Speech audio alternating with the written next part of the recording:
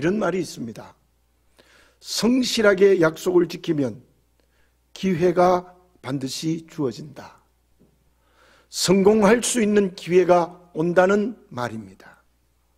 세상에서도 약속을 제대로 지키면 성공할 수 있고 좋은 기회가 올 수 있습니다.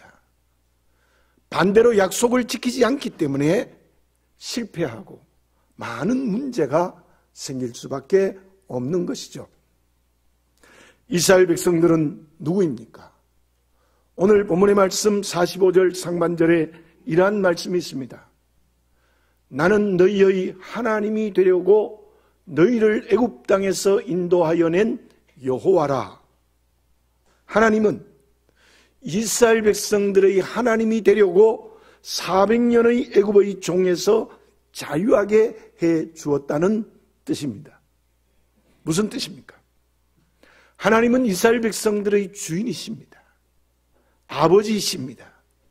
그렇다면 이스라엘 백성들은 하나님의 종입니다. 그의 자녀입니다.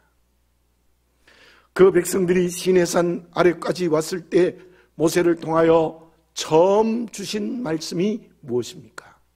십계명이 주어지기 전에 주었던 말씀이 출애굽기 19장 5절 6절 말씀입니다. 세계가 다 내게 속하였나니 너희가 내 말을 잘 듣고 내 언약을 지키면, 다시 읽습니다.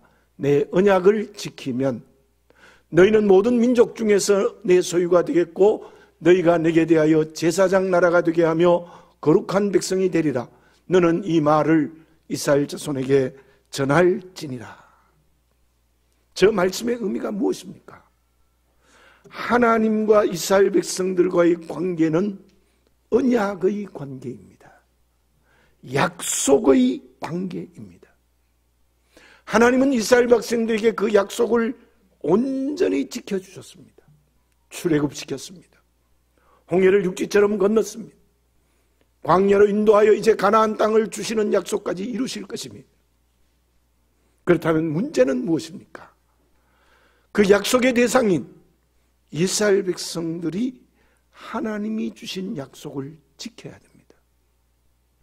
아버지와 주인으로서 주시는 말씀에 순종해야만 언약의 관계가 되어진다는 뜻입니다. 나는 누구입니까? 우리는 모두가 다 영적 이스라엘입니다. 그렇다면 하나님과 나와의 관계는 어떤 관계입니까? 언약의 관계입니다. 약속의 관계입니다. 하나님이 사람이 되셔서 예수님께서는 십자가에서 내 죄를 전부 자기의 것으로 삼으시는 은혜로 나를 하나님의 자녀가 되게 해주셨습니다. 뿐만 아니라 자녀된 우리에게도 끊임없이 하나님이 은혜를 베풀어 주시는 약속을 이루시고 계십니다. 저와 여러분들은 특히 예수 그리스도를 통하여 하나님께서 모든 약속을 다 지켜주고 계십니다. 지켜주실 것입니다. 그 약속이 완성될 것입니다.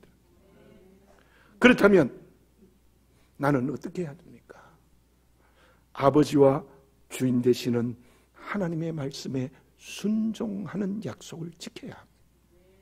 그때 나는 하나님과의 관계가 언약의 관계, 약속의 관계가 유지되는 겁니다. 그런데 말씀을 무시하고 말씀 필요 없어, 나는 말씀 불순종해, 내 눈에 좋은 대로 가, 그러면 하나님과의 언약의 관계가 깨어지는 겁니다. 참으로 어려운 때를 지나고 있습니다. 코로나19의 재난, 또 그 결과만이 아니라 개인이 가지는 질병과 관계와 또한 환경에서 주는 일 때문에 상처받고 아파하고 힘든 일도 우리에게 있을 수 있습니다.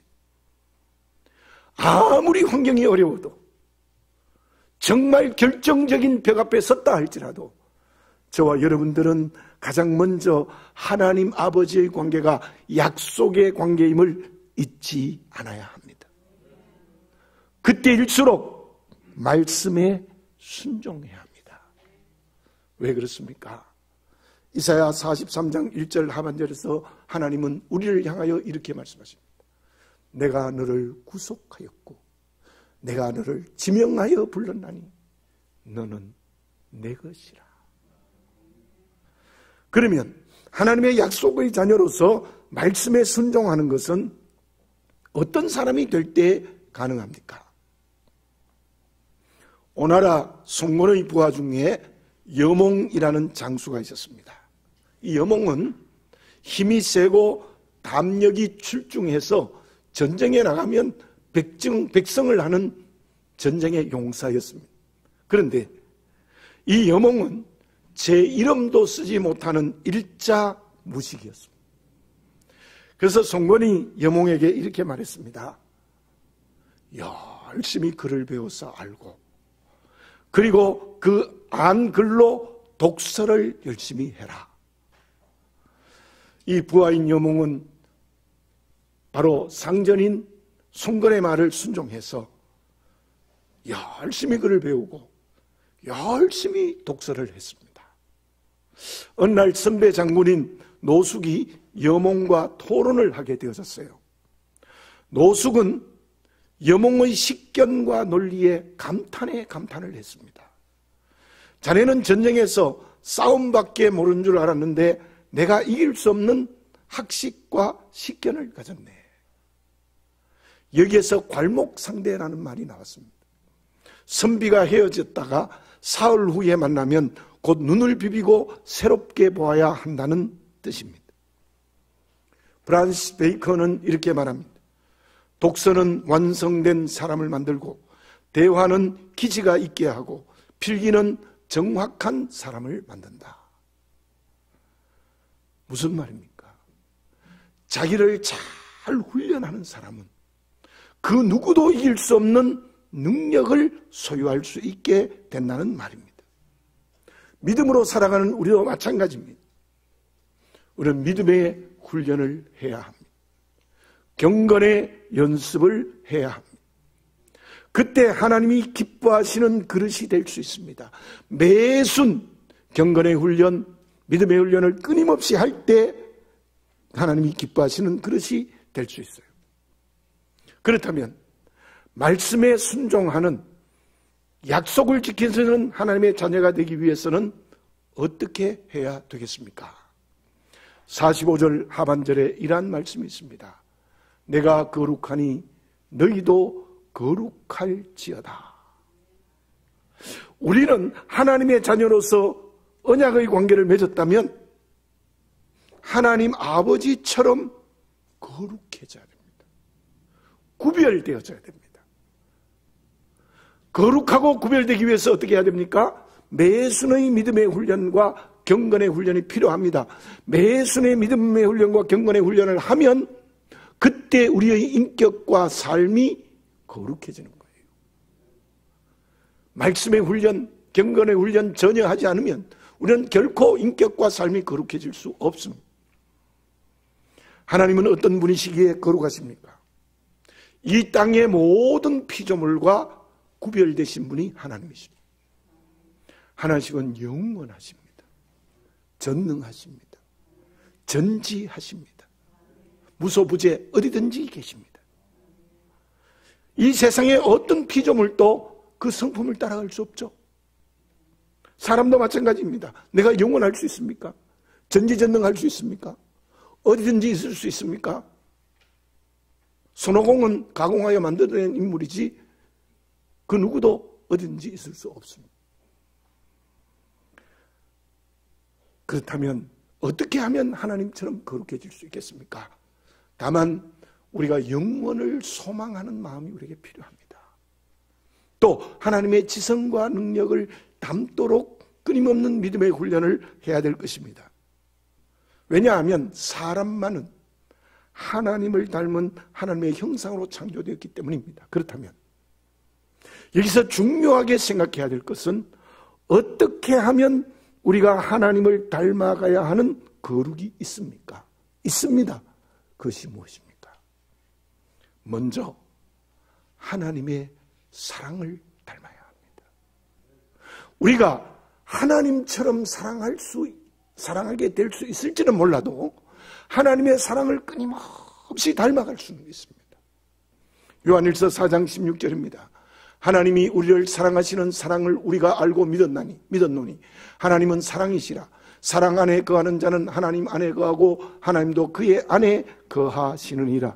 하나님 사랑입니다. 그 하나님의 사랑을 닮아갈 때 내가 하나님의 안에 거하고 하나님도 내 안에 거한다고 말씀하십니다. 다시 말하면 하나님의 사랑을 끊임없이 닮아갈 때 하나님과 나와의 관계가 아버지와 자녀의 관계인 언약의 관계로 갈 수 있고 그때 거룩해진다는 거예요. 그 사랑이 말씀의 순종으로 날마다 나타나야 됩니다. 그 사랑을 실천하기 위하여 끊임없는 믿음의 훈련과 경건의 훈련이 필요합니다. 그때 하나님의 사랑이 나의 사랑이 됩니다. 하나님의 사랑을 배우지 않는 사람, 하나님의 사랑을 닮아가지 않는 사람은 결코 거룩해질 수 없고 하나님과의 언약의 관계를 맺을 수 없습니다. 소양원 목사님이 그 주님의 사랑을 실천하신 분이십니다. 자기의 아들을 죽인 사람을 양아들로 삼아 목사가 되게 했습니다. 그 양아들로 삼아 목사가 된 사람의 아들이 또 목사가 됐습니다. 그 목사님의 이야기를 제가 실제로 들어본 적이 있습니다. 불가능한 일이죠.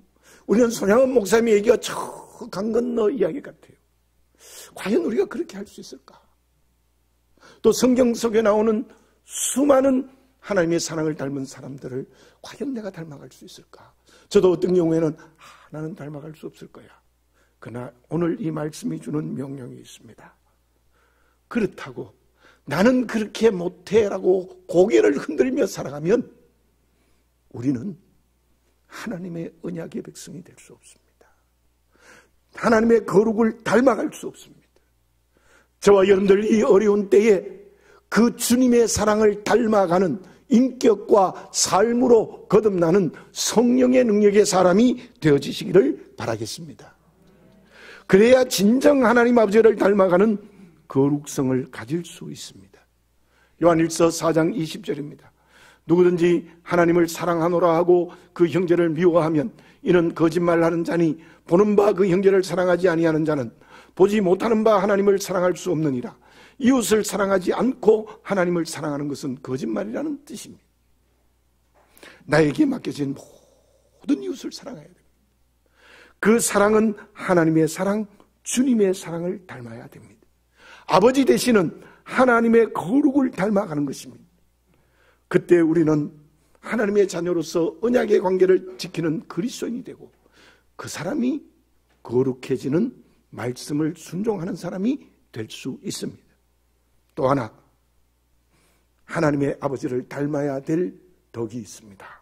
그것은 하나님의 의입니다. 세상 사람들은 윤리적이거나 법적인 의를 이루어가고자 합니다. 그때에 이루어지는 대부분의 의는 자기의 의에 매여집니다. 그렇지 않을 수도 있지만 우리는 그 의와 달라야 됩니다. 하나님의 의를 닮아가는 게 무엇입니까? 마태복음 6장 33절입니다. 그런즉 너희는 먼저 그의 나라와 그의 의를 구하라. 그리하면 이 모든 것을 너희에게 더하시리라. 하나님 나라의 의를 이루어야 한다는 겁니다. 그 뜻이 무엇입니까? 제가 늘 말씀드립니다. 하나님이 옳다 하시면 내 생각에 틀려도 따라가는 게 하나님의 의를 배우는 겁니다. 물론 어떤 경우에는 윤리적인 의와 통할 때도 있습니다. 또 법적인 의와도 같을 수도 있어요. 아마 대부분이 그런 요소가 윤리성으로 볼 때는 또 법적으로 볼 때는 그럴 수 있습니다. 그러나 결정적으로 다른 것이 있습니다. 예를 들어 보겠습니다. 지금 이 시대가 어떤 시대입니까?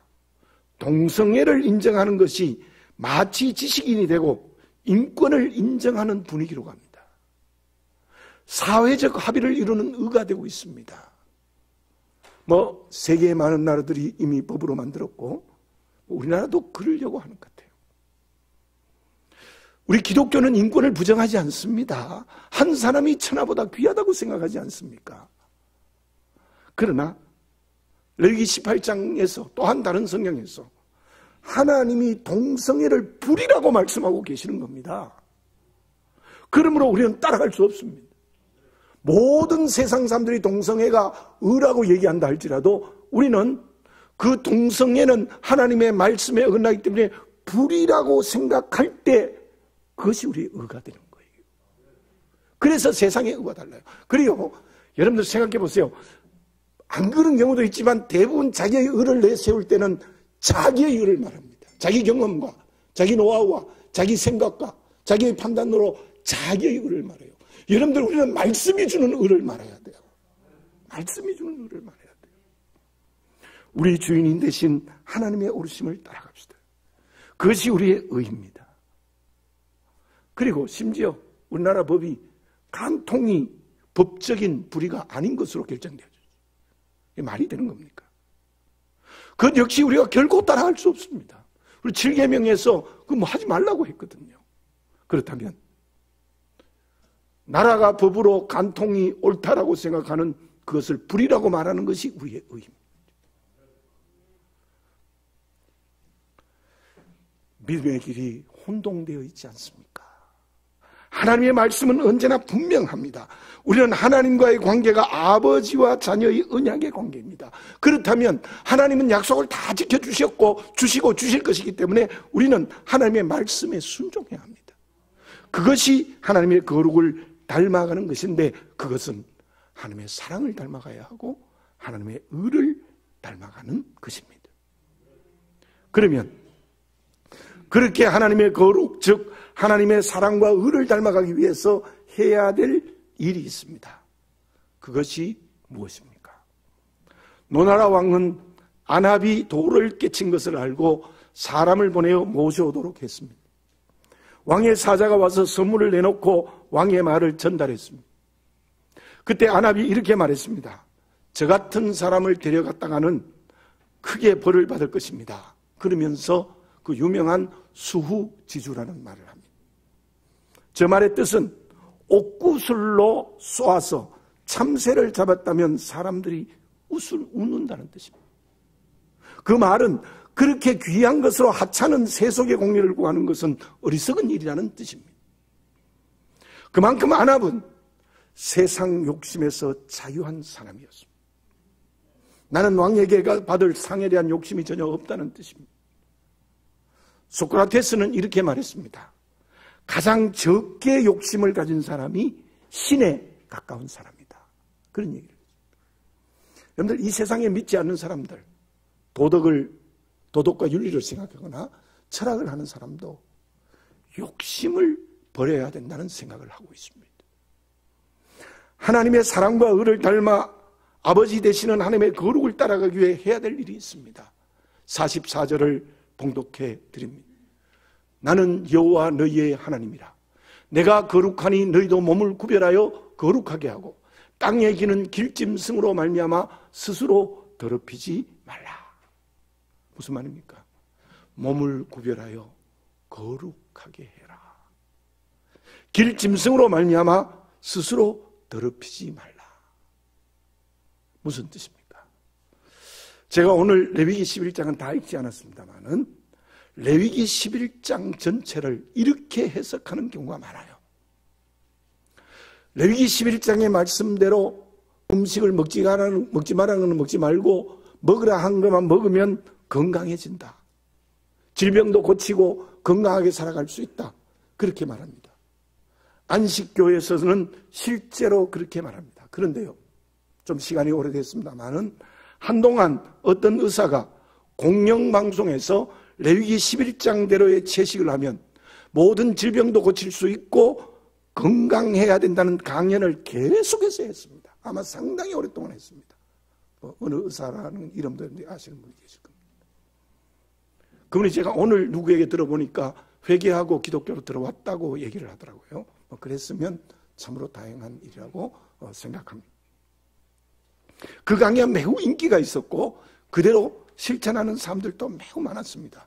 그것은 미국에서 안식교에서 시작하는 뉴스타트, 새로운 출발 운동이 되기도 했습니다. 어쩌면 레위기 11장이 그런 면이 있을지도 몰라요. 그러나 분명한 것은 레위기 11장은 건강 지침서가 아닙니다. 왜 하나님이 먹어야 될 것과 먹지 말아야 될 것을 말씀하셨습니까? 예루살렘 총회에서는 4가지를 제외하고는 다 해도 된다고 율법에서 복음으로 바꾸어버리지 않았습니까? 바울은 디모데전서 4장 3절에서 이렇게 말씀하고 있습니다. 혼인을 금하고 어떤 음식은 먹지 말라고 할 터이나 음식물은 하나님이 지으신 바니 믿는 자들과 진리를 아는 자들이 감사함으로 받을 것이니라. 먹어도 된다는 거예요. 그렇다면 본문의 뜻은 무엇입니까? 본문의 뜻은 말씀 그대로입니다. 이 세상의 세속적인 것으로 몸을 죄악의 도구로 삼지 말라는 거예요. 다시 말씀드리면 정말 너희들이 하나님을 닮아 거룩하게 되기 위하여 하나님의 사랑을 닮아가고 하나님의 의를 닮아가기 위해서는 욕심을 버리라는 거예요.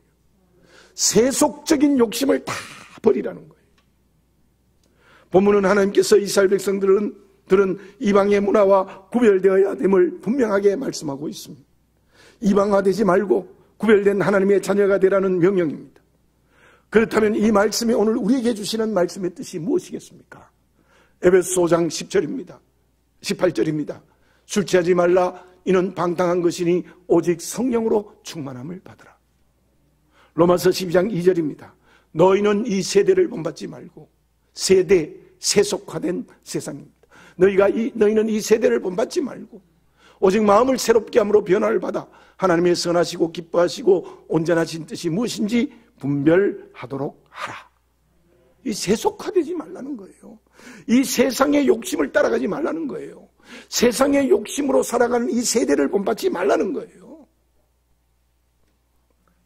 세상 사람들처럼 술에 심하게 취하여 자기를 잃어버리면 안 됩니다. 그 결과는 대부분 죄로 가게 되어 있습니다. 담배에 중독되어 육체를 병들게 하면 안 됩니다. 마약에 중독되면 안 되죠. 성적인 타락의 길을 걸어가면 안 됩니다. 주어진 물질로 타락의 길을 걸으면 안 된다는 경고입니다. 본문의 말씀처럼 세속의 것으로 몸을 더럽히면 안 됩니다. 어떻게 해야 됩니까? 이렇게 어렵고 힘들수록 세속화되면 될수록 세대가 강하게 이 땅에 가득 차도 그 안에서 우리는 그리스도의 신부로 정결해져야 됩니다. 성령의 열매인 끊임없이 절제해야 합니다. 그 절제는 물질을 바르게 사용하는 것에서 시작합니다. 물질로 쾌락의 길을 걸어가는 것이 아니라 도리어 물질을 통해서 정결해지시는 살아있는 그리스도인이 되어지시기를 바라겠습니다. 노아 시대 때나 소돔과 고모라의 시대에 모두 세속화로 인하여 하나님의 심판을 받았습니다. 그때 그들은 모두 주어진 물질로 쾌락의 길을 걸어갔습니다. 그 두 곳은 모두 성적 타락이 있었습니다. 소돔 성에는 동성애가 있었습니다. 오늘 이 땅이 특별히 서울이 소돔성이 아닌지요? 노아 시대가 아닌지요? 히브리서 11장 7절을 읽어보겠습니다. 믿음으로 노아는 아직 보이지 않는 일에 경고하심을 받아 경외함으로 방주를 준비하여 그 집을 구원하였으니 이로 말미암아 세상을 정죄하고 믿음을 따르는 의의 상속자가 되었느니라. 노아는 그 세속의 물결에 휩싸이지 않았습니다. 의의 상속자가 되었습니다. 이때 우리는 오늘의 노아가 되어야 하겠습니다. 그 사람이 몸을 구별하여 거룩해지는 하나님의 언약의 자녀가 되는 것. 정말 우리가 조금씩이라도 세속적 욕심을 버리는 그 길을 걸어가야 하나님의 사랑 닮아갑니다. 하나님의 의를 이룹니다. 그래야 거룩해집니다. 그때서야 우리는 하나님과의 약속의 관계를 맺게 되는 그릇이 될 수 있다는 말이에요. 오늘 이 예배를 드리면서 다시 한번 하나님의 자녀라는 정체성이 분명해지시기 바라겠습니다. 그 언약의 관계가 분명함으로 언제나 하나님의 약속의 말씀이 인격과 삶이 되어지시기를 바라겠습니다. 그러기 위하여 세상 사람들과 구별된다는 것, 즉 거룩해지시기 바랍니다. 그 거룩은 하나님의 사랑을 닮아가는 겁니다. 하나님의 의를 닮아가는 겁니다. 소극적으로는 세속화되지 않는 겁니다. 세속의 문화를 닮아 몸이 더럽혀지지 않는 겁니다. 언제나 주님의 신부로 정결해야 됩니다. 로마서 13장 13절에서 14절을 읽어보겠습니다. 낮에와 같이 단정히 행하고 방탕하거나 술 취하지 말며 음란하거나 호색하지 말며 다투거나 시기하지 말고 오직 주 예수 그리스도로 옷 입고 정욕을 위하여 육신의 일을 도모하지 말라. 그러면 그 결과는 어떠합니까? 우리는 경건의 훈련을 하면 하나님의 언약의 백성이 되고 거룩성을 지키시고 하나님의 사랑을 실천하고 하나님의 의를 실천하면요, 내 마음속에 하나님의 영인 성령이 충만해집니다. 성령이 나를 붙듭니다. 그 성령께서 그 사람에게 반드시 능력을 주십니다. 그 능력으로 우리는 하나님의 일을 할 수 있습니다. 사명의 길을 걸어갈 수 있습니다. 정말 세상의 빛과 소금이 되고 향기와 편지가 될 수 있습니다. 그때 하나님의 언약의 관계를 맺은 나를 통하여 이 세상에 구원의 역사가 일어날 줄 믿습니다. 하나님의 나라가 이루어질 줄 믿습니다. 그것이 그리스도에게 주어지는 최고의 축복입니다. 지금 나는 하나님의 거룩하심을 얼마나 닮아가고 있습니까? 기도드리겠습니다. 거룩하신 아버지 하나님, 다시 한번 저희들 자신을 말씀 앞에 정직하게 서게 해 주시옵소서. 진정으로 하나님의 언약의 관계를 온전히 이루어 하나님과의 약속인 말씀을 지켜 순종함으로 거룩하게 되고 하나님께 사랑의 의를 닮아가게 되는 살아있는 그리스도인이 되게 하시되 그 일을 위하여 세속적 욕심에 매이지 않게 하여 주시옵소서. 그때 하나님은 성령을 통하여 우리에게 능력을 주시어서 주의 이름 증거하며 믿음의 모범을 보여 구원의 역사가 일어나며 이 땅이 하나님의 나라가 이루어지는 역사가 일어나게 될 줄 믿습니다. 아버지 하나님, 이 어려운 때에 끊임없이 하나님의 거룩하심을 담는 믿음의 훈련을 하여 예수 그리스도의 정결한 신부가 되게 하여 주시옵소서. 하나님의 아들 우리 주 예수 그리스도의 이름으로 기도드립니다.